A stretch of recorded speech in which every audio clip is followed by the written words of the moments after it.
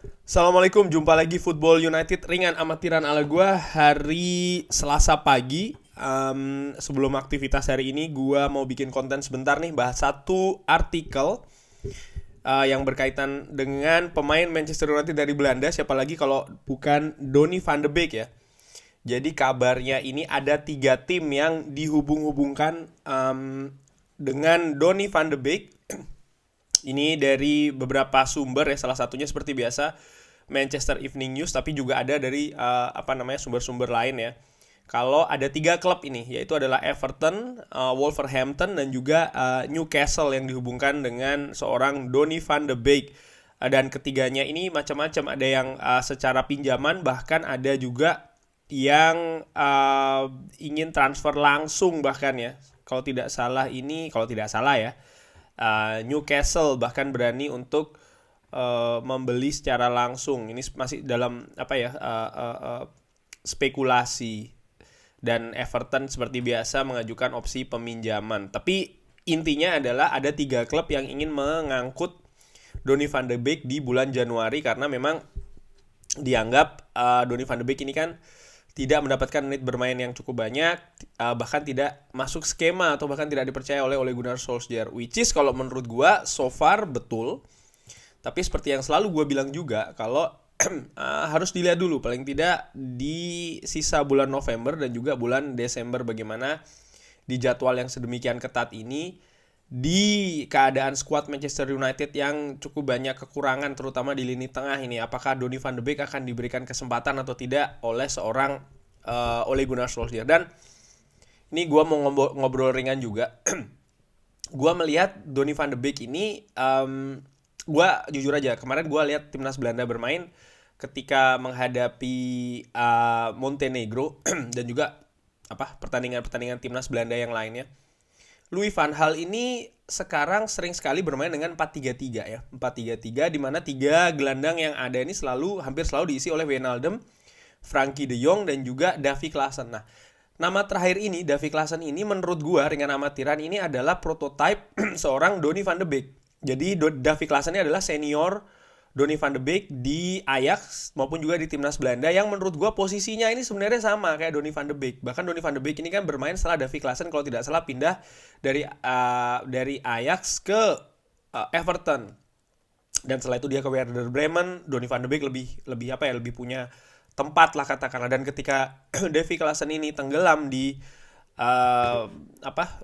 Everton, ya bersama dengan Martin de Roon, kadang-kadang juga Donny van de Beek ini sering bermain di posisinya seorang Davy Klaassen, tentunya dengan skema yang berbeda-beda. Balik lagi soal masalah formasi, di Manchester United so far ya di musim ini paling tidak seorang Ole Gunnar Solskjaer ini kan masih cukup sering, masih sangat percaya banget dengan yang namanya 4-2-3-1, di mana seorang Donny van de Beek ini seperti juga yang diwawancara sama Rio Ferdinand kan mengatakan dia bisa bermain di nomor 6, nomor 8, atau bahkan nomor 10. Kalau gue lihat di Ajax dulu pun juga demikian.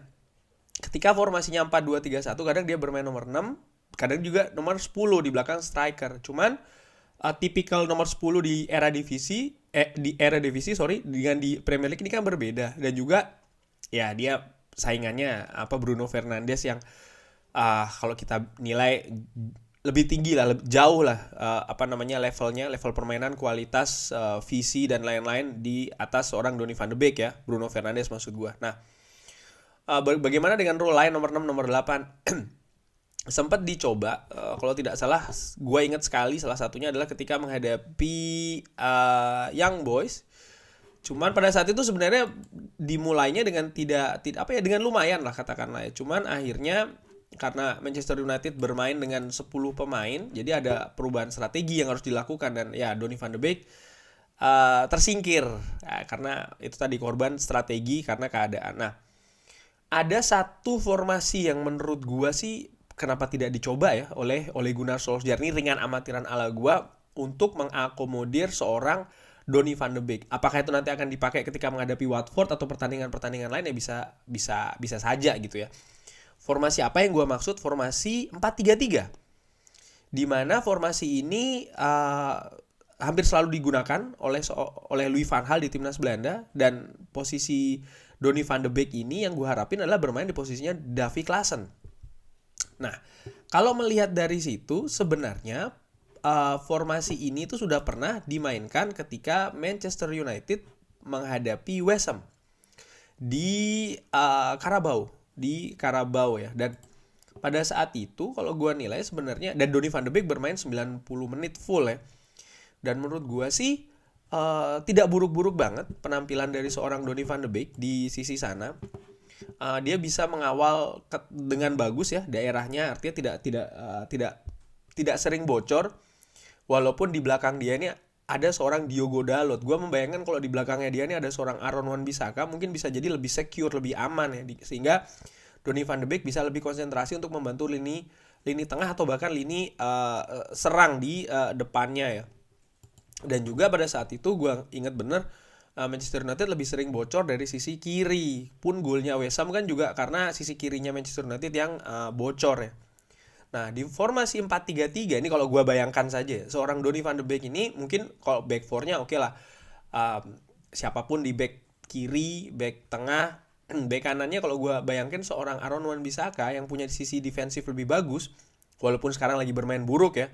Tapi maksud gue ya dengan tackling yang biasanya bagus, defensif juga bagus, dia bisa memberikan seperti keamanan ya bagi seorang Donny van de Beek supaya tidak perlu turun terlalu dalam atau bahkan untuk mengcover seorang Aaron Wan-Bissaka. Bahkan justru bisa sebaliknya, Aaron Wan-Bissaka yang mengcover Donny van de Beek di sisi defensif. Nah, pertanyaannya adalah siapa saja nih di 3 trio ini ya kan?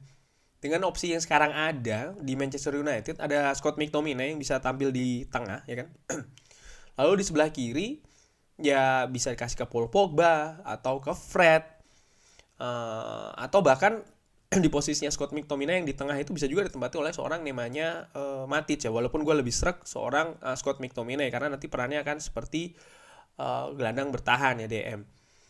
Nah, di depan 3 ini juga menarik siapa gitu ya. Kalau di sebelah kiri sih kalau gue ya bisa diberikan ke seorang Marcus Rashford ya kan, atau Anthony Martial, atau bahkan Jadon Sancho. Kalau di ujung tombaknya jelas Cristiano Ronaldo. Nah, siapa nih di sebelah kanan? Gue sih punya 2 orang sebenarnya yang gue pikir bisa ya. Nomor 1 adalah seorang Jadon Sancho. Jadon Sancho dia punya kecepatan, dia punya dribbling yang bagus, dia bisa jadi daya dobrak yang bagus juga, ditopang oleh seorang Donny van de Beek di belakang dia gitu. Dan Donny van de Beek juga kan ya bisa juga masuk lewat tengah dan lain-lain. Tapi maksud gue Donny van de Beek bisa lebih balancing di tengah, sementara Aaron Wan-Bissaka lebih konsentrasi ke defense, Jadon Sancho lebih menyerang. Atau ada satu lagi, siapa itu? Seorang Bruno Fernandes. Karena Bruno Fernandes juga punya daya serang yang bagus, visi yang oke juga, pun dia juga cukup rajin membantu pertahanan.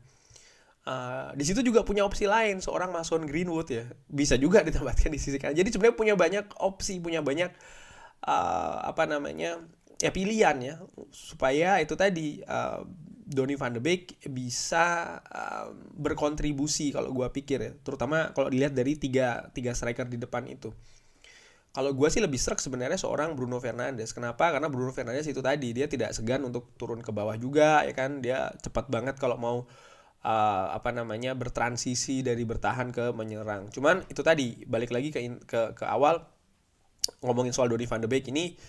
Mungkin ini ya formasi yang bisa jadi dicoba oleh Ole Gunnar Solskjaer dalam rangka untuk mengakomodir seorang Donny van de Beek supaya bisa mengeluarkan kemampuannya bermain sesuai dengan kapasitasnya, kurang lebih demikian ya, di formasi 4-3-3 yang selama ini belum sering dicoba oleh seorang Ole Gunnar Solskjaer karena melulu kan 4-2-3-1 atau terakhir-terakhir ini 3-5-2, yang kalau di 3-5-2 ini jelas gue pikir sih susah sekali ya mengakomodir seorang Donny van de Beek di sana, karena ya gue nggak melihat sih, mungkin bisa di 3 gelandang, tapi daripada kalau sama-sama pakai skema 3 gelandang ya, artinya kan 5-3-2 atau ya 3-5-2, tapi yang di 3 gelandang ini kenapa tidak